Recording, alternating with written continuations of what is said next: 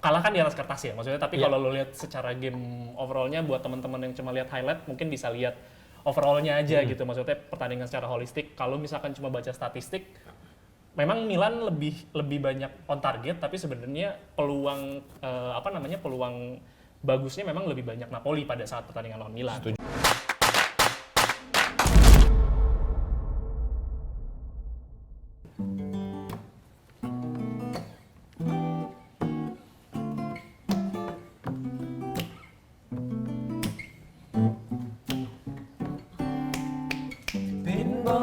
Opini football tanpa tifosi pada ngobrol membahas sepak bola.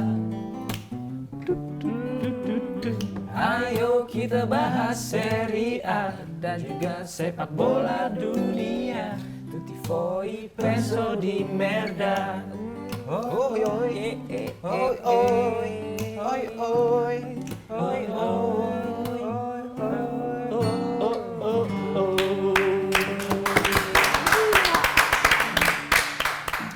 Welcome back Tifosi, di mana kita berbicara tentang Serie A di Pinball. Opini Football! Balik lagi sama saya Rangga, si pemakai Wirangga. Let's go, semangat terus everyday. Sugaras baby, let's go. Nalaman bubul. Kita mesti cepat karena saya kebelet boker. Enggak. Di episode kali ini kita bakal bahas untuk prediksi Giornata 25 ya? Betul. 25, kembali lagi bersama saya Rangga Raffi Ahmad. Bersama teman-teman saya, pas banget nih jersinya Itali sama mas-mas ini. Mafia komisi. ya? Mafia wasit. Jadi sebelum kita mulai jangan lupa teman-teman untuk subscribe karena udah mulai lancar lagi nih, naik lagi. Kita butuh 3.000, kita butuh 3.000. Katanya kalau 3.000 Aldi bakal berenang di Danau Sunter, teman-teman. Thank you Aldi. Aldi selalu memberikan janji spektakuler. Mungkin untuk yang pertama kita bahas pertandingan yang paling lumayan hot lah ya. Karena salah duanya Lazio juga baru menang terakhir 3-1 ya. Sama Bolonya juga lagi cukup lumayan perform juga gitu. Di 5 pertandingan terakhir, 2 pertandingan menang, 1 seri, mungkin yang sisanya kalah. 4-0 kan? Iya, Leke yang lumayan permainannya juga lumayan cukup liquid kan, yang apalagi build up gol ketiga atau gol kedua gitu. Yang dimana passing dari belakang sampai ke depan bagus banget gitu. Dari lu gimana, Di? Iya, ini produktivitasnya Bolonya lagi bagus-bagusnya, 2 pertandingan 8 gol, kebobolan 2 gol. Bagi 2? 4, udah ciong dong. Udah ciong. Iya, pokoknya kedua tim ini lagi oke trennya. Tapi lagi-lagi gue balik lagi ke Lazio ini kemarin menang 3-1, tapi ke shoot on targetnya sampai 6 gitu. Jadi emang pertahanan Lazio tolonglah ini Sarri dibenahi, jangan cuman ya penyerangan udah lumayan oke. Kemarin Felipe Anderson ya balik lagi ke performa yang lumayannya dia ya.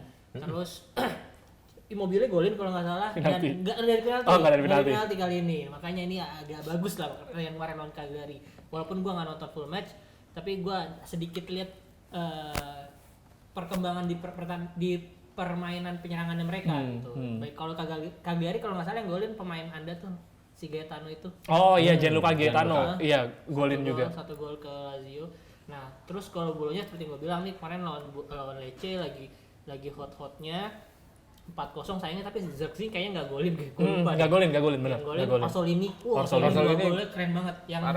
Yang satu first time pressing kayak kiri, pojok atas, keren banget sih. Emang tracknya Orsolini. Orsolini banget. Ya kita selalu bilang Orsolini kayak versi lightnya dari Berardi.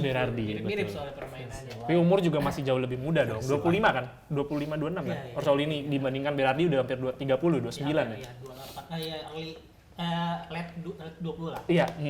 Terus kedua tim ini menariknya sama-sama akan bermain di tengah pekan. Bolonya akan memainkan pertandingan tunda melawan Fiorentina tanggal 15. Lazio akan gua nggak tahu lupa tandang apa kandang nih ke Bayern Munchen. Iya, pertandingan yang sangat berat tentunya untuk Lazio ya. Gua nggak tahu mereka akan melepas pertandingan dalam artian melepas maksudnya ya kayak main lawan Inter gitu. Iya, maksudnya bermain ya udahlah bodo amat lawannya Munchen ini.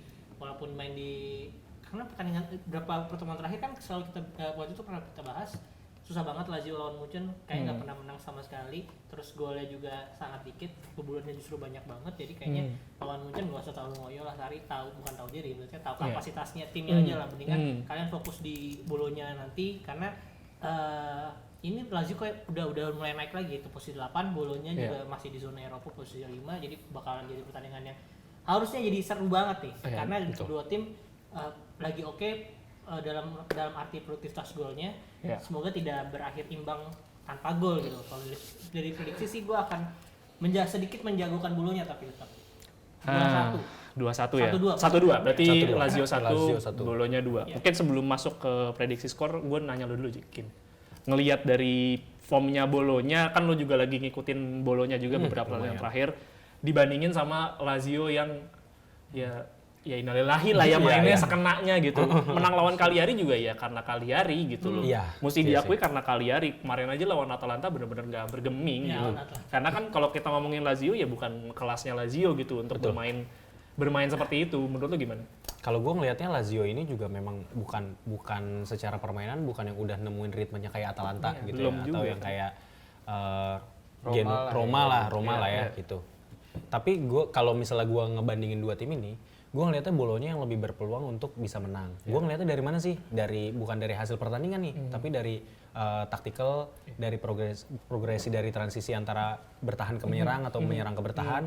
Gue belum melihat itu di Lazio gitu. Lazio masih dengan pakem yang umpan-umpan panjang ya saribol tapi masih belum ketemu titik tengahnya itu loh. Titik tengah dalam artian juga sebenarnya pemain tengahnya yang jadi pengatur, yang jadi playmaker untuk bisa untuk bisa ngejalanin yang dimauin sama Sarri gitu. Masih belum menemukan ritme permainannya terutama di lini tengah ke depan. Belum konektivitasnya belum dapat lah gitu. Iya, benar-benar. Tapi juga maksudnya Lazio ini juga tim yang bermain di Liga Champions ya. Jadi efeknya apa sih? Efeknya juga dia sebenarnya masih bisa banyak belajar dan absorb gitu loh dari lawan-lawannya, dari mempelajari gitu ya. Itu misalnya lu nonton video pertandingan atau apapun itu kan sebenarnya bisa nambah experience lu gitu. Mungkin apa yang terjadi di lapangan lawan Bolonya itu bisa jadi referensi lu juga gitu untuk pemain-pemainnya. Jadi ini yang mungkin bisa dimanfaatin sama Lazio gitu ya kalau misalnya memang kebetulan kayak ada kisi-kisi lah ketika lawan Bolonya. Tapi memang gue ngerasa gimana Sarrinya aja sih, gimana Sarrinya bisa ngulik taktik lawan Bolonya. Kita tahu Bolonya di bawah Thiago Motta mainnya gimana gitu kan, yang benar-benar emang eksplosif gitu. Nah itu bisa dimanfaatin dengan efektivitas counter attack sebenarnya gitu. Atau gimana rotasi yang dia lakuin pada saat lawan Bayern Munchen sih buat gua. Oh my god. Oke ya, jadi maksudnya ngelihat udah tua banget aktivitas, memang begitu ya. Gue langsung aja. Kalau gue ngerasa ini bukan pertandingan yang akan benar-benar one sided gitu ya, maksudnya benar-benar dikuasai, didominasi gitu. Karena tapi juga Bolonya tipikalnya permainan yang wait and see juga benar. gitu. Wait and see juga. Tadi ya mungkin tambahin dikit lagi. Tadi gue bilang Lazio pertandingan belum bagus, tapi di sisi lain Bolonya juga dalam mengkonversi peluang juga kurang oke. Kemarin ya lawan Lecce 4-0 itu sebenarnya banyak peluang. Ada banyak peluang yang lebih matang lagi, big chance-nya masih ada yang peluang. Iya benar itu sih. Oke, ya udah berarti gue masih ngejagoin ini jadi kemenangan buat Bolonya dengan skor 1-2. 1-2. Tang, berapa Tang? Buat lo? Setuju deh, 1-2 juga buat Bolonya. 1-2. Biasanya Bang Bara beda sendiri. Gue malah justru Lazio sering kita remehin di Liga Champions, bisa jadi lawan Munchen malah justru hasilnya karena positif nih. Munchen juga lagi sama Leverkusennya juga. Munchen abis kena tren negatif juga, bener-bener fundamental. 3-0 dan bener-bener kalau dilihat dari overall juga. Oke Pak, Leverkusen. Iya, masalahnya Leverkusen juga lawan tim lain sebenarnya nggak sebegitu meyakinkan, banyak menang tipis juga. Tapi ya memang bener-bener lagi gila juga sih. Di pertandingan ini gue ngeliat Lazio bisa menang tipis sih, 2-1. Ya. Mungkin kalau gua ngelihatnya juga masih megang Lazio sih gua juga ngelihatnya, tapi ya kayaknya menang tipis juga sih 2-1 sih atau 1-0, mungkin 2-1 lah dipegang. Main kandang, Lazio lawan Iya. Main kandang dulu. Jadi 2 kali main kandang ya dalam minggu yang sama ya. Jadi nggak pergi bepergian. Nah, itu mungkin jadi faktor kemenangan juga. Bisa jadi ya. Oke. Next kita masuk ke pertandingan yang Bang Rahmat cukup tertarik ya. Mana? Tolong di next. Kenapa mengerang? Tidak, belum pindah. Tapi nggak apa-apa. Jadi belum. Ini udah. Napoli Deng, Genoa. deng. Oh iya Napoli Genoa, sorry. Warnanya Sorry. warnanya Sorry. sama, tadi biru Mohon juga. maaf karena biru. Ya, Genoa saya dari dari kacamata sana, dulu. biru. Nah, oke sudah mulai kelihatan. Jadi pertandingan berikutnya adalah Napoli melawan. Bukan Bang Wai, nanti Bang Wai ya. Mohon maaf ya. Jadi Napoli melawan Genoa. Di mana kemarin Napoli baru saja tunduk dari AC Milan. Yang buat gue sih sebenarnya udah expected juga bakal kalah. Sampai lu pakai jersey Milan segala. Oh iya, karena gue udah tidak sebut semangatnya. yang bilang Rangga jadi fans Milan aja, mohon maaf Bapak udah ke Milan atau belum? Kalau saya sih udah kena plus. Sorry ya. Jadi ya takutnya nanti kalau dibelah kan udah ketahuan. Benar. Darah memang merah, tapi hati biru. Betul. Atalanta maksudnya. Enggak. Tapi gue ngelihat di sini harusnya Napoli nggak terlalu kesulitan sih buat ngelawan Genoa.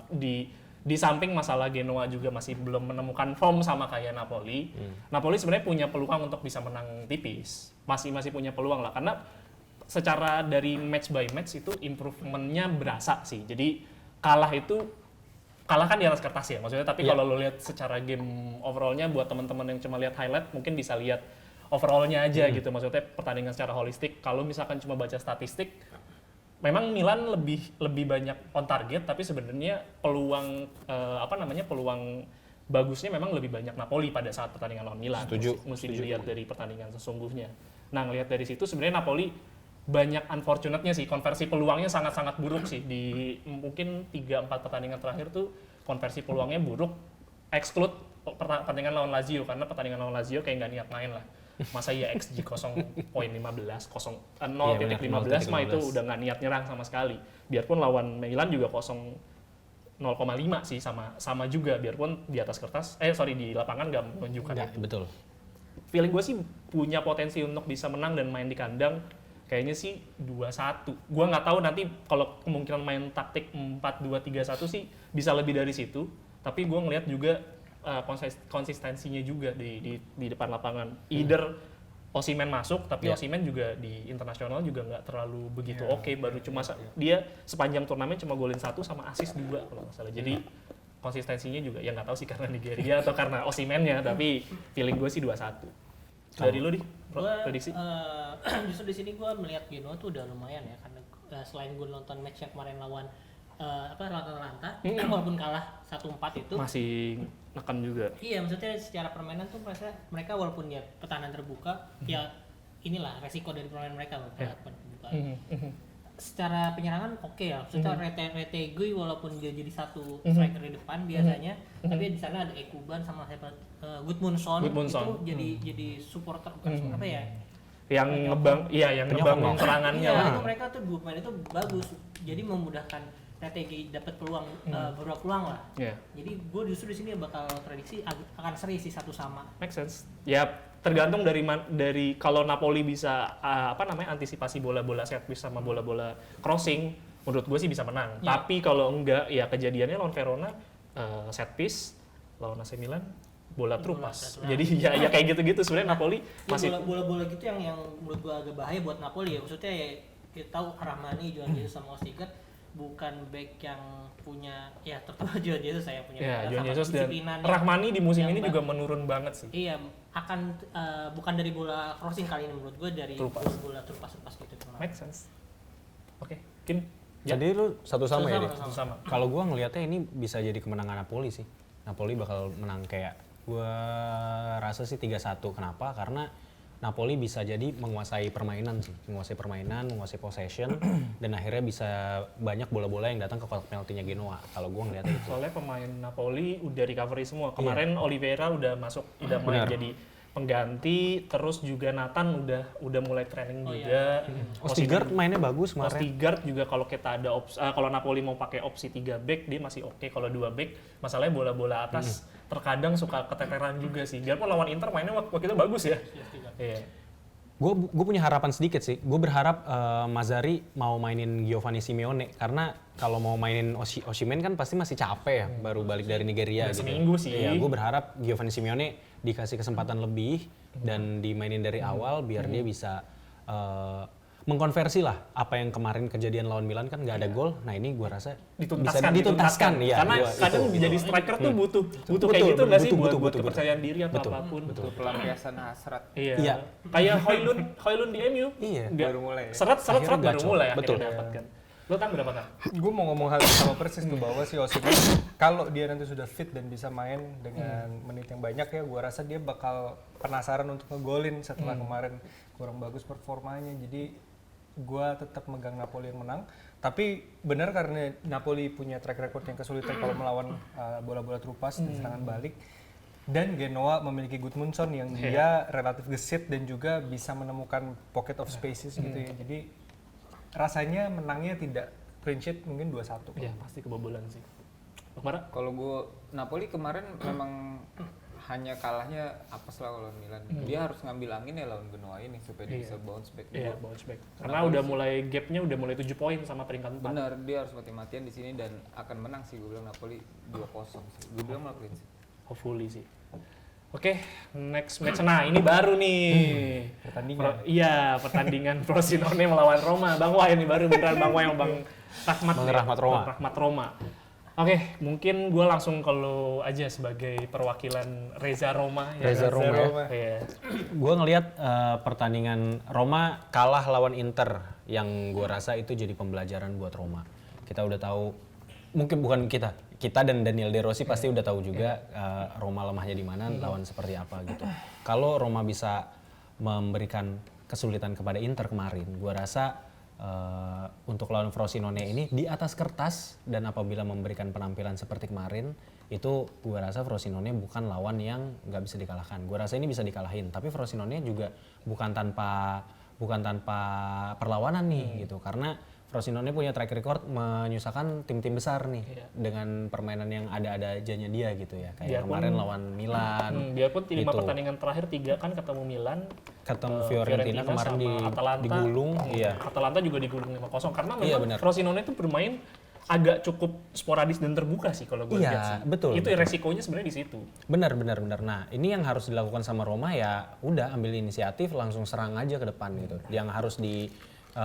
Yang harus dijaga adalah gimana Frosinone ngelakuin counter attack dari sayap gitu. Kalau kemarin Roma kan lumayan keteteran lawan Inter dari sayap kan.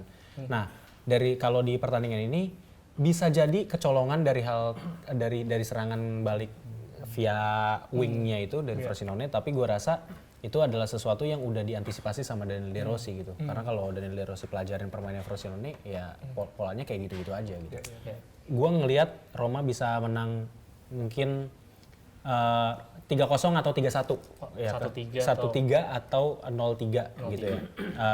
Karena gue cukup percaya diri karena kemarin nggak ada pemain yang cedera gitu. Maksudnya Dybala oke, Shaarawy oke, Lukaku oke. Mungkin Lukaku gue berharap bisa golin juga di sini, menuntaskan lagi ya hasrat dia sebagai seorang striker gitu.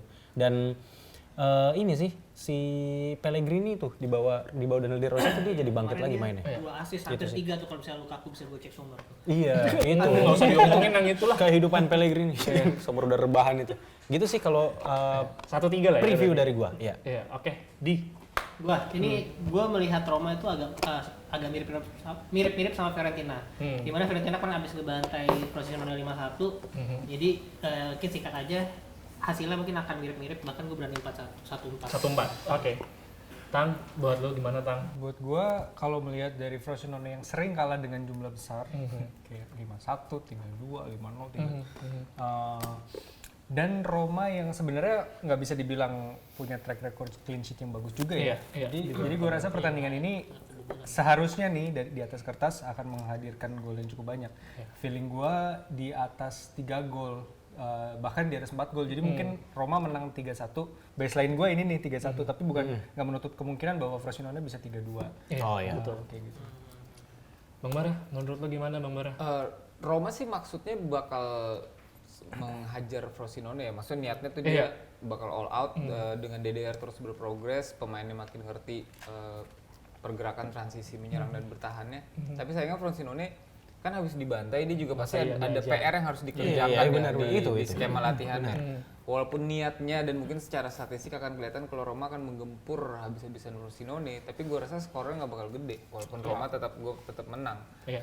Mungkin kalau tebakan gue Roma bakal menang 1-2 sih. Aduh sama lagi. Gue akan kembali ke roots klinik gue. Karena kenapa? Pertandingan kelima nih ya. Pertandingan kelima Serie A ya? Tapi gue gak mau klinik. Ini jam 00 tanggal 19 Februari. Gue udah mentok sih sebenarnya. Tapi intinya bakal kenapa gue setuju banget sama Bang Bara. Karena kalau lu udah jadi tim yang udah jadi bulan-bulanan kayak Empoli dia waktu itu 7-1 dia langsung berubah banget kan secara Iya. permainan. Pasti dia akan mencoba buat bermain lebih hati-hati.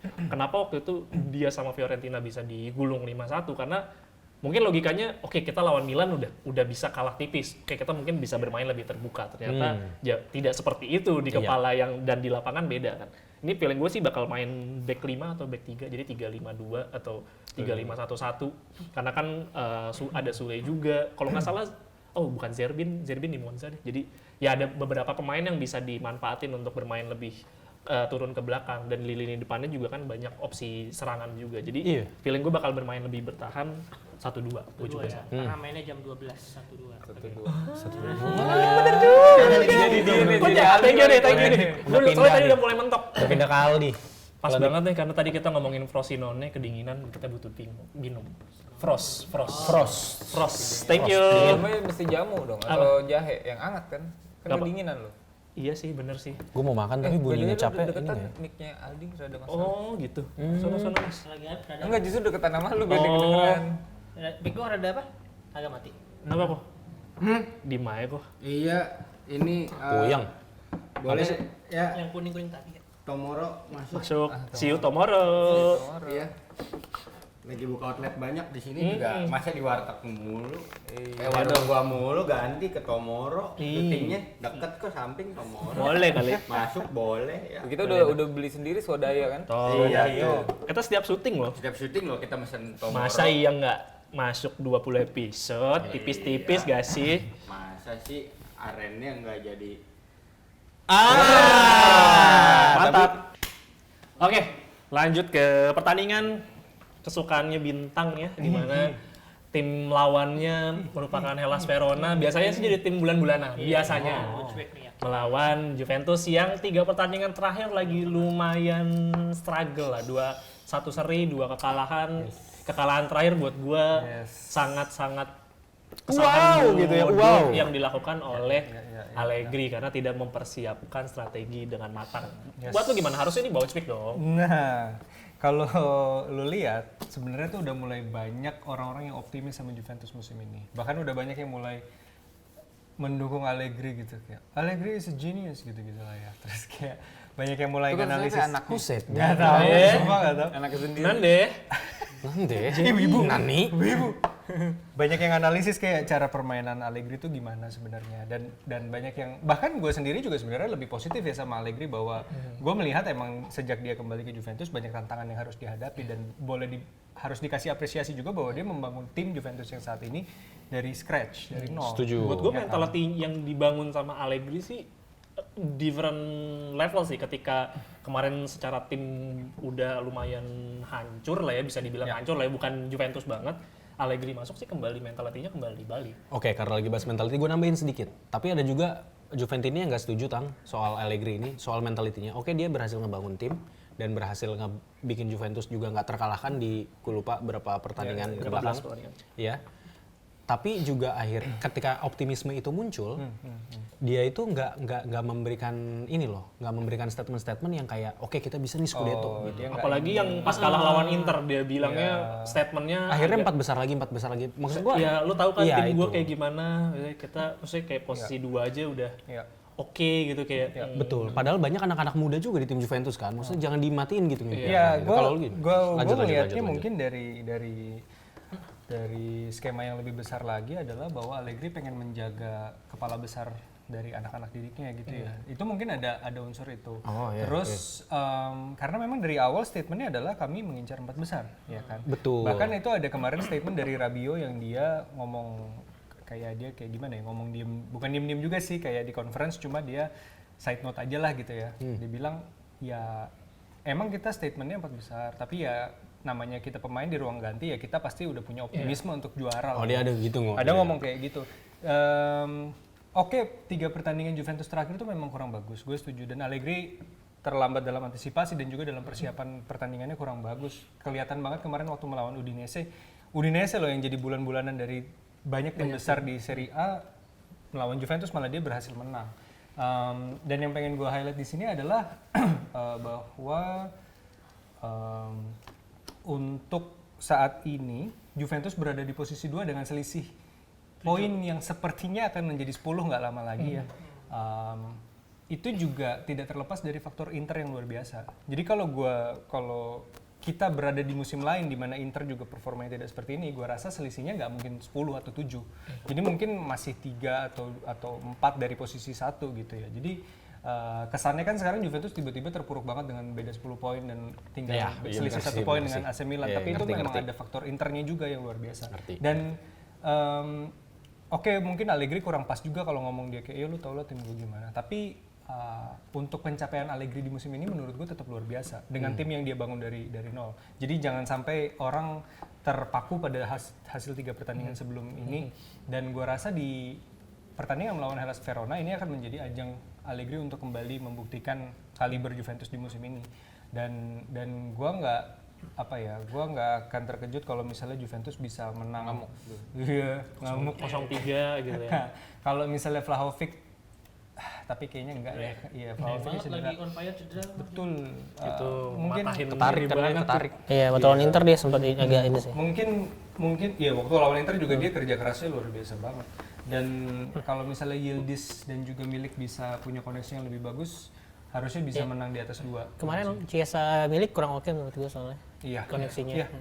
Karena dua-duanya punya ego sih, gitu. Tipikal pemain punya ego. Karena Yildiz itu bisa nurunin egonya untuk cuma jadi penyambung antara lini tengah ke lini depan. Masih sungkan juga soalnya masih muda. Ya, itu Mungkin. magnet kok. Mungkin. Nah, Itu iya, bisa maksudnya- narik pemain Nah, lawan. Ya, itu harusnya yang Chiesa juga bisa dibutuhin. jadi magnet harusnya ya. Harusnya, Chiesa tapi kan kan iya. ego seorang pemain dengan Iya, harus. dengan label bintang kan juga pasti ada. Tapi gue kayaknya pengen bantah omongan lo kan yang masalah Allegri kan. Karena buat gue kalau manajemen memutuskan untuk menggaji sebuah orang dengan gaji besar gitu pasti kan punya ekspektasi yang besar gitu loh. Buat gue sih kayak ya mendingan Pirlo aja gak sih maksud gue. Ya kayak ya gitu sih. Kalau mau ngebangun kultur gitu Iya, ya. maksud gue dengan ekspektasi 4 besar dan gaji segede gitu sih kayak ya gak tahu ya. Buat gue mungkin untuk Juve itu hal yang wajar-wajar aja dan biasa aja gitu gaji segitu. Jadi ya mungkin normal-normal aja. Karena secara finansial Juve nggak punya banyak pilihan juga. Maksud gue gini, Nggak bisa mecat juga karena bayar Kompensasi. penalti penalti dan fee-nya. maksudnya gini, memang akan lebih rasional kalau Juventus mengincar posisi 4 besar, masuk Champions League, income lebih besar di musim depan, di mana mulai bisa spending lagi dan diperkuat lagi tim yang sudah Allegri dibangun itu di musim kontraknya sampai kapan ya? Gue kurang tahu. Musim ini atau musim depan sih inget gue Kayaknya sih masih lumayan deh. kayak 3-4 musim sih. Dihitung dari 2 musim lalu berarti kemungkinan musim kedua kan sekarang. Iya. Berarti mungkin masih 2-3 Masih musim lagi sih. iya. Dan gue pengen balik lagi ke masalah yang Chiesa tadi, bahwa selain Chiesa punya ego, dia kan memang tipikal yang seneng ngalahin defender dengan kecepatan dan juga ya, beda sama Yildiz yang dia lebih natural kan, dia bisa feint sedikit orang lewat, bahkan dijaga 2 dia bisa lewat, hampir seperti pemain zaman dulu gitu. Nah sekarang tuh pemain kayak Chiesa udah agak sulit. Kalau dulu kita bisa lihat Bale, bisa lihat mungkin Bernardeschi di Juventus. Ketika fisikalitas sepak bola belum seperti sekarang, pemain-pemain seperti itu masih punya Ruang. keunggulan gitu ya. Cuma yang namanya kalau kita ngelihat istilah game teori, pasti sesuatu akan balik ke equilibrium lagi. Ketika ada pemain yang bisa bergerak secepat itu, defendernya juga akan mengikuti. Dan sekarang Kalau gua nggak rasa bisa ngikutin ya bikin 2 atau 3 lapis ya. ya, dan gue rasa sekarang pemain-pemain yang memiliki kemampuan fisik di atas rata-rata seperti Chiesa sebelum cedera ya terutama, ya itu udah lebih sulit sih di sepak bola modern. Jadi ya kalau untuk pertandingan ini prediksi gue Juventus akan bisa menang dengan minimal mencetak 2 gol. Kalau dari pertahanan harusnya Juventus sudah bisa clean sheet lagi sih. Ya, setuju. Bang Bara, menurut lu gimana Bang? Karena Allegri sedemikian tidak pede, buruk di media handling, dia bilang hanya mengejar posisi 4. Bagaimana kalau minggu ini dibalikan Juve beneran posisi 4? Make sense. Gimana dong? Ya sebagai Milanisti dan juga form Juve, gue sih gue nganggep Verona bisa nahan seri Juve sih, satu sama. Itu sama. Gue malah mikirnya 0-3 sih. Ini harusnya jadi bahan bounce back-nya Allegri sih, dan entah kenapa sih feeling gue kayaknya ngadi-ngadinya hilang di pertandingan ini sih. Feeling gue bakal Yildiz dan Chiesa sih, atau Yildiz kayaknya milik lebih ke bangku cadangan sih. Feeling gue sih 0-3. Jadi Ya, gue juga 0-2 sih karena pertama Juve-nya mungkin udah harusnya berkaca dari pertandingan sebelumnya gitu, jadi akan lebih baik. Nah, kedua Veronanya ditinggal Ngonge, terus lagi kesulitan iya, bermain form. kemarin tuh cuma Valorunso doang yang bermain cukup oke menurut gue. Lawan Iya, Monza, Iya. ya seri. banget ya, hasil banget. Ya, walaupun Musim depan balik ke Napoli lagi. walaupun imbang 0-0 kemarin ya, tapi ya Valorunso banyak membuat peluang, harusnya bisa jadi konversi gol. Tapi secara pemain-pemain lainnya juga banyak yang dipindah, nggak salah Davide Faraoni kalau nggak salah ke Fiorentina. Jadi kemarin banyak pemain yang justru gue agak baru-baru nih, ada Noslin. Dodo soalnya cedera sampai akhir musim. Iya. Dodo ya. Dodo. Dodo Fiorentina ya. Oh iya. Nah. Terus gue nggak tahu penyerang kan Swederski, jadi bukan si Hendry gitu. Maksudnya pemain-pemain yang kayaknya harus adaptasi lagi di Serie A. Montippo kerja gitu. keras ya. Ya pasti Montippo kan kerja Kirinya keras. Terraciano juga nggak ada, tinggal Iya, udah ke Milan kan. Jasper Udah ke Doik Milan, tuh udah ke di Milan. sini kan ya, Jasper Doik ya. Udah pindah kayaknya. Udah pindah juga. Gua lupa Wah, deh. makin sepi ya. Iya, makanya Verona nih Tongkrongan nggak ada ya. di winter kemarin Verona agak menjual atau meminjam pemainnya yang biasanya reguler gitu, jadi akan Mungkin untuk menyambung hidup. Iya, atau mungkin udah bersiap untuk menghadapi degradasi, jadi nanti dikumpulin dulu buat bersiap di Serie B. Mungkin. Bisa-bisanya gitu ya. Ya karena pemain yang sekarang banyak di Verona juga banyak pemain pinjaman. Iya, Valorunso, bener, banyak Make mungkin sense 4-5 pemain. iya. Jadi kalau misalnya Montippo main bagus itu cuma 0-2 kalau ya. Kalau Montippo nggak perform bisa lebih dari itu. Montippo kayaknya Anda mesti pindah ke tim besar musim depan, Ya, kerja teman sendiri. Kasian banget dia. Ya udah, mungkin Juventus sekian. Lalu tadi udah belum? Belum. Oh ya udah. Gue Ngomong dua cepet hal aja. yang mau gue sampein aja cepet aja. Allegri kontraknya itu di kontrak 4 tahun sampai 2025. Jadi dia kan baru masuk sisa 2 musim 2021, sisa 2 musim lagi. Nah, habis itu sebenarnya yang gue harapkan, aduh kaki gue sakit itu yang gue harapkan itu Juventus mengembalikan ini loh, grintanya itu loh. Karena karena kemarin-kemarinnya enggak yang lawan Inter kan kehilangan tuh grintanya. Lawan Udinese gue rasa grintanya udah mulai balik. Terus apa tuh namanya? Enggak lah, lawan Inter nggak kehilangan grintanya, justru karena ada wing center back-nya. Nahan itu. Iya, maksudnya tapi karena ada wing center back itu yang jadi ngerusak konsentrasi sama mainnya kan ngacak Inter pada saat itu. Iya, tapi kalau gue ngelihatnya lu nggak punya semangat untuk nyerangnya, untuk keluar dari situ. Nah itu, lawan Udinese ini udah mulai kembali nih. Nah ini, biarpun ambek. iya, walaupun apa, tapi gue rasa lawan Verona ini jadi Harus bounce back-nya 0-2 untuk Juventus. 0-2 untuk Juventus. Oh oke, sip. Ya. Kan ini karena Verona. Selesai belum? Apa? Quick count udah selesai belum? Udah, ini Udah, kita udah. udah prediksi. Waduh, Hah, oke sih, itu arahnya nggak. Kita sebelum luar bahas ekspektasi. tim yang paling banyak fansnya di subscriber ini, mungkin kita bahas klub sama-sama merah yang sebelumnya Nah, ini klub merah ini pas ketemu merah yang satu yang menang. Iya. Nah, ini sekarang- derby Galliani. Iya, derby almarhum. Derby Iya kan, almarhum. Berlusconi. Bro, discount Derby iya, della Berlusconi. Iya. Ya, 3-0 di pertandingan pertama ya. Iya, betul. Derby ini apa namanya? Yang dikalahin 5-1. Tim feeder. Tim feeder sama tim parent. Kira derby yang sama-sama dikalahin 5-1. Berarti sama Milan sama Juve nggak berani. Iya, begitulah. Biasanya kan Gua ngomong kayak sini doang biasanya. Monza lawan AC Milan. Mungkin gue langsung ke lo aja, Bang Bara. Gimana? Lihat Jadi dari sini. pemenangnya kabarnya akan mendapatkan Barbara ya. Oh, waduh. Nomor berapa sekarang Barbara itu? Easy match sih kalau gue bilang, karena Monza tahu betapa kritikal match ini di kejar-kejaran bersama Juve. Ya mau nggak mau gue juga harus mengakui pasti ada request-requestan tertentu lah, walaupun sebenarnya tanpa hal seperti itu pun Milan pasti bisa dengan mudah sebenarnya menaklukkan Monza, apalagi formnya dia juga kemarin habis seri lawan Verona juga, hanya Verona dia seri, terus kemudian Milan juga dalam form yang bagus, Gabbia menemukan tempatnya di pertahanan, terus kemudian Theo dan Leo udah mulai nyetel lagi, Jovic udah bisa ngegolin. Gue rasa nggak ada hal yang memberatkan Milan untuk bisa tertahan di match ini sih. Dan masalahnya Monza juga lagi nggak baik-baik aja di lini depan, 5 pertandingan 2 gol. Betul. Dengan striker titipan kan. Striker titipan. Maldini masih ada juga tuh, Maldini titipan. Maldini, tapi mungkin angin perubahan datang dari si Alessio Zerbin. Zerbin. Mungkin Zerbin bisa jadi kuda hitam di sini, Bang Bara. Tapi tetap sih ini gue rasa Milan bakal menang 1-3. Make sense. Lo menurut lo setuju nggak sama Bang Bara? By the way, Barbara Berlusconi itu umurnya 39 tahun ya, dia kelahiran 84. Ah, dia masuk sama lo mah Bang. Iya masuk, masih cocok. Bisa, sama masih kelahiran lama 84 gitu. Nah, Masuk. Yang masih muda tuh Barbara Palvin teman-teman ya, boleh dicari. Barbara Palvin. Itu ini beda lagi. Beda Anaknya orang. juga. Oh, Bukan, kira beda anaknya orang, juga. beda orang. Namanya belakangnya Palvin Pak, bukan Berlusconi kan, jadi nggak mungkin saudaraan. Gua ngelihatnya ini kemenangan buat Milan mungkin nggak banyak ya, 0-2. Gua rasa ini akan clean sheet Milan Bang, karena kan kemarin kita nonton waktu pertandingan lawan Napoli, Milan udah mulai membenahi pertahanannya. Untuk serangan gue rasa nggak ada masalah. Cuman Monza dari 2 pertandingan terakhir itu kan seri nih. Dan gue ngelihat Monza itu mainnya ngotot gitu. Itu sih yang mungkin jadi. Apak aja. Nah, gue ya harapan gue semoga ya apaknya masih lanjut nih lawan Milan gitu. Dan gue ngelihatnya itu bakal berlanjut sih gitu. Kalau 2 kemarin kalah ya udah ini. Kalau 2 kemarin seri saat ini dia kalah gitu. Ya, karena kombinasi di lini depannya entah kenapa kayaknya nggak terlalu Nggak connect, dan kayaknya pemaksaan untuk cobaan tendangan jarak jauh juga lagi bau banget.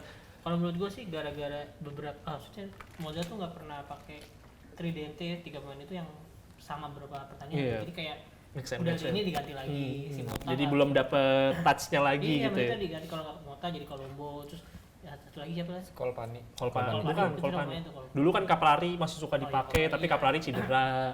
Iya, mereka tuh kayak Vignato. ganti-ganti ini mulu, ganti-ganti Line up. Iya, line up mulu, jadi kayak belum nggak nemu lagi touch-nya gitu. Terus makanya kan kemarin 3 pertandingan cuma 1 gol doang, terus pertandingan sebelumnya ketika si Gio sepertinya Gregorio.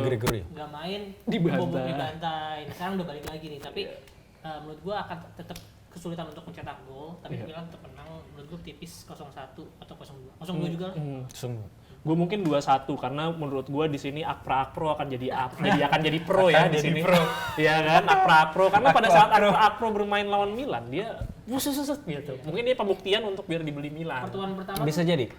berapa sih? 1-0 ya? Enggak, 3-0. Milan 3-0. Milan Monza 3-0. kalau nggak salah yang nggak gelar di kartu merah tuh apa sih? Enggak ada kartu merah. Nggak ada kartu merah. Lumayan banyak-banyak kok, Yang ini yang apa yang 4-1. ada match, ada intrik-intrik lah gelar ini sama siapa gitu. Adi mah kebanyakan intriknya. Pokoknya itu di Gregorio mainnya bagus banget dah. Cuman Mainnya ya bagus untungnya- banget. untungnya Dan apa saja gitu Monza. Feeling gue makanya 1-2 masih ada potensi Monza bisa bounce back untuk golin tapi bukan berarti kemenangan sih. Tang, gimana Tang? Gue lebih setuju kalau ini Milan menang dengan 2-0 minimal. Karena Monza dari 5 pertandingan benar cuma nyetak 2 gol. Dan ya inilah tadi intrikasi parent dan children club. Jadi nggak tahu lah ya. Tapi prediksi gue 2-0. Berarti Milan posisi 2 lah ya abis ini. Enggak, karena kenapa gue bilang tetap kebobolan karena dengan permainan lawan Napoli gue nggak ngelihat bahwa itu konsistensi bakal defensifnya bakal tetap berjalan dengan baik gitu. Karena lawan Frosinone kebobolan, lawan Udinese kebobolan juga. Jadi dan biasanya Monza tuh bisa jadi aneh-aneh aja, suka ngadi-ngadi Monza. gue punya prediksi klinik. Kang. Di pertandingan pertama itu 3-0 menang Milan. Karena lu gua sama Bang Bar nontonnya bareng. Karena Ini kayaknya sendiri. kita berdua aja nih. Jadi Oh ya udah jadi 2-1, jadi 1-2. 0-2. Jadi Oh. karena Bang Nggak Bara diajak. bukan gak diajak, nggak ada jadwal nih. Oh, Bentrok. udah. Terus terlalu dini hari. Terlalu dini hari. Nggak cocok ya buat Nggak cocok orang- buat Bang orang Bara. berumur sih. Itu Monza Milan Pertandingannya, kan match-nya. pertandingan kan kita nobar yang Waktu itu di nobar. Oh yang Yepes main. Yepes. Iya, Oh, Yepes main. Yepes mulu yang dibahas. Udahlah ini langsung Ini terakhir. langsung aja nih. Inter lawan Salernitana di cepet Nah, aja. ini menarik ini yang kita tunggu-tunggu ya. Ya, ini sayang sekali ini kabar buruk. Dipecat. Dipecat. Tipe dipecat. Sudah jam 5 hari makanya kesel banget gua. Anjir kenapa dipecat sekarang? Kenapa nggak nunggu dulu gua kalian nonton duel derby di Inzaghi?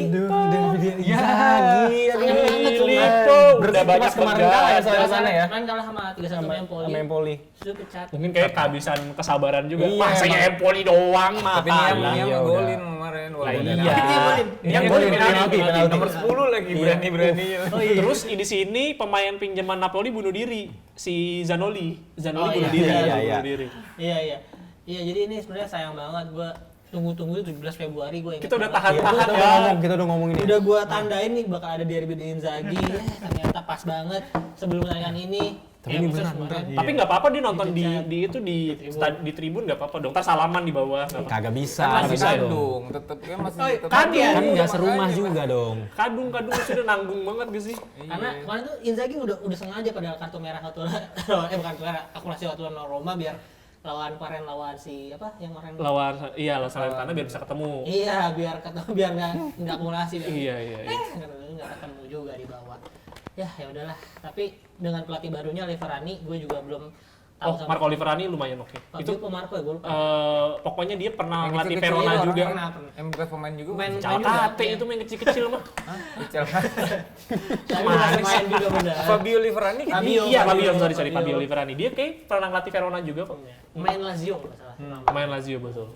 Iya maksudnya gue belum melihat tim-tim dia sebelumnya belum gue analisa lah maksudnya dia. Tapi gue ngeliatnya pasti klub dengan pelatih baru ya pasti akan bermain. Apalagi melawannya Inter. Iya. Feeling gue kalah 1-0 sih di kayak waktu itu lawan Empoli. Serius maksudnya kalau lawan pemain pelatih baru tuh main aman aja gitu. Iya. Melihat gimana pemain-mainnya mereka dulu. Iya, gitu, betul. menganalisa gitu. Itu dipecatnya pas baru banget kalah langsung dipecat. Ya pokoknya Kemarin lah. pokoknya. Kemarin banget. Bener-bener persiapannya mepet Iya, banget masih sih. baru latihan sekali doang kalau nggak salah. Kemarin tuh per 11 Februari. Oh, Iya, oke. pokoknya Berarti praktis cuma 6 hari lah ya. Kalau ngomongin kalender cuma 6 hari waktu persiapan untuk melawan Inter. iya. Tapi ya seperti gue bilang ini lawan Salernitana dengan pelatih baru pasti mereka akan main aman banget dan Inter juga kemungkinan akan rotasi ya karena setelah lawan Salernitana akan lawan Atletico Madrid. Iya, Jadi ya pasti ini babak pertama akan memakai pemain kemungkinan ya akan rotasi striker dua striker itu ya seperti lawan pertemuan pertama lah waktu itu Lautaro dicadangin udah nyetak gol di awal babak tuh kesulitan di babak kedua baru nyetak 4 gol gitu jadi kemungkinan di menangnya juga cuma 1-0 doang seperti yang lo bilang tadi. Iya. Atau pemain-pemain baru yang dibeli. Oh iya, apakah- karena ada faktor juga. Salernitana kemungkinan pertahanannya akan lebih bagus. Jerome Sedikit lah ya, Boateng, ada Jerome Boateng sama Boateng. Kostas Manolas. Soalnya kemarin Jerome Boateng dimainin juga bapuk banget sih, Iya sih. 3-1 sih. Iya, tapi ya ada inilah, ada kedewasaan atau pengalaman lah di belakang Jangan mereka. lupakan ada Pellegrino. Oh iya, Jangan lupakan Karena udah dikasih main. Ochoa, gue udah kasih tahu ke dia Pellegrino gimana bermain di Salernitana, blockingnya main di FIFA guys. Jangan didengerin main di FIFA. Iya. 1-0 berarti. 1-0 terus Acerbi juga kemarin cedera, Patesi cedera. Aduh. Ini ya semoga si David Klassen kemarin udah dikasih kesempatan main semoga bisa jadi inilah nunjukin terus De Vrij juga bisa main aman aja. Salernitana kenapa banyak beli back karena Fazio sama Norbert Iya. Diombar cedera. Makanya Iya. dia pun nggak beli sih. Si Kostas Manolas apa? Kostas Manolas waktu itu cabut dari Napoli bilangnya homesick. Balik 6 ke bulan Olympiakos kan? 6 bulan main di Olympiakos, pindah ke Sharjah main di Qatar. Sekarang balik lagi tadi. Bangke lu emang lu kata gua mah. Kostas Manolas asu. Dan 1-0 gua. 1-0. Iya. Kosong. Gue kemarin waktu Rangga pakai Salernitana yang dia ngajarin gue mainin Pellegrino, astagfirullah. Pellegrino itu juga dia kalah itu sama Sassuolo-nya gue gitu. Gue ngeliat, nah mengikat. tapi gini, gue kurang setuju tadi Salernitana ketika ada pelatih baru dia langsung main bagus gitu kayak Udah bukan kemarin. bagus, Main aman. Tapi gue rasain dengan kedewasaan Inter, dengan kematangannya, kedalaman skuadnya yang udah cukup padu, ini nggak ada masalah sih. Rotasi Pak masalahnya mau lawan Nggak masalah. Menurut gue 3-0 ini. Yakin gue. Cium Palaldi ya kalau benar. Dih, kenapa Ya udah di lu yang cium palanya Rico. Udah, gitu aja. Kalau benar Gue 3-0. Ya udah. Bang Bara cepet. Ya. Berapa? 7-0. Gue sih sekarang fokus ke lawannya Juve aja ya. Yang satu-satu dulu abis Juve lewat baru gue fokus lagi. Oh iya. Oh di sini sih terlalu jauh jaraknya. Urutan 1 sama urutan 2 ya kan? Gitu. Ya mau gimana lagi ya Inter menang 2-0 lah. Tangannya jadi depan, taruh belakang. Kalau gitu taruh belakang. Hati-hati, Ya, oke. Tang, ayo Tang. Kalau gue Berapa, Tang? kayaknya lebih seret 1-0 sih, karena faktor bahwa Inter akan rotasi buat mempersiapkan diri melawan Atletico Madrid dan juga Salernitana ada faktor pelatih baru yang akan bermain aman. Jadi Dan pemain yang barunya juga udah lumayan lama kan, udah 2 minggu, 3 Iya. minggu kan, Iya. jadi penyesuaian. Ochoa sih biasa Ochoa. ya jadi akan tetap menang, cuma mungkin nggak semudah itulah 1-0. Gue juga feeling gue 1-0, biarpun gue berharap sundulan Manolas itu kayak gol champion yang dia lari-lari ke samping gitu, biarpun tetap degradasi ya. Manolas Tapi udahlah fix asu, itu. kesel banget gue kenapa Degradasi dibalik lagi ke itu. Serie A sih. Kesel deh gue, yaudah lah, menurut Tifosi gimana deh? Udah habis ya. Apakah Manolas? Tapi gue tadi 1-0 juga sama. Buat teman-teman yang mau ngata-ngatain Manolas juga bolehlah dipersilahkan. Tapi kalau Bang Wai sama Bang Rahmat pasti nggak mungkin ngatain karena kan Iya, itu di penyelamat hero. Waktu lawan Barcelona kan? Barcelona Iya. lo nyundul. 3-0 itu ya? Gak Iya, Napoli iya, semusim benar. udah dibeli mahal-mahal cabut. Cabutnya tau nggak? Ke Olympiakos berapa? 1 juta euro. Sedih. Jual rugi. Belinya 25. Ya udahlah gitu aja deh. Thank you Tifosi yang udah nonton episode kali ini. Tadi kalau mau komentar, mau nambahin apa sesuai atau enggak dari diskusi kita tadi, atau mau ngatain gua juga nggak apa-apa. It's okay. Itu part of the job ya nggak sih? Biarpun bukan kerjaan juga sih. Jadi yang udah nonton episode kali ini bisa subscribe karena kita butuh 3.000 subscriber untuk Aldi berenang di Danau Sunter. Kalau 5.000 dia akan mereview makanan non tidak. Maksud gua non Indonesia. Dia nyobain pasta, ya kan, brulee gitu. Benar. Jadi supaya nggak bakal ketinggalan episode lain. Terus juga bantu kita juga lah buat ngembangin channel juga. Kita kan butuh ada masuklah apalah di sini gitu iklan-iklan. Terakhir Udah megang-megang gelas, mie gelas gitu iya. Terakhir itu siapa ya? Kan kesini ya, jadi iklan ya. Napa Milano. Terakhir lagi itu siapa? Aduh. Kodoni. Kodoni itu FYI bawa aja Kodoni. Gue lupa nama Kita rotinya. paksa-paksa datang ya. Jadi supaya bisa naruh di sini. Jadi kita tolong banget dah. Jangan lupa juga tadi buat follow, terus juga cek-cek konten kita terbaru, ada juga di TikTok, ada juga di Instagram. Banyak banget karena tim kita bener-bener kita subscribe-nya sama konten-konten yang mature banget lah, Gazette, yang masih di Atletik. Kita tadi dia pengen berak ya? Jadi kurang keren apa gitu, maksud gue kita sub datanya kita tuh keren banget coy. Makanya tolonglah di follow Instagram dan TikTok kita. Satu-satunya channel di Indonesia yang membahas Serie A ya. Satu-satunya, the one and only. Sisanya ya Premier League ya. Final nanti Gitu Inter doang. lagi bos sama Napoli lo lihat nih. Kalau salah Bang Bara botak. Oke. Pokoknya saya Rangga mewakili rekan-rekan saya yang palsu ini semua. See you on another episode. Bye-bye. Ciao. Grazie ragazzi. Saya sudah tidak makan Bang support MLBB. Halo Bang.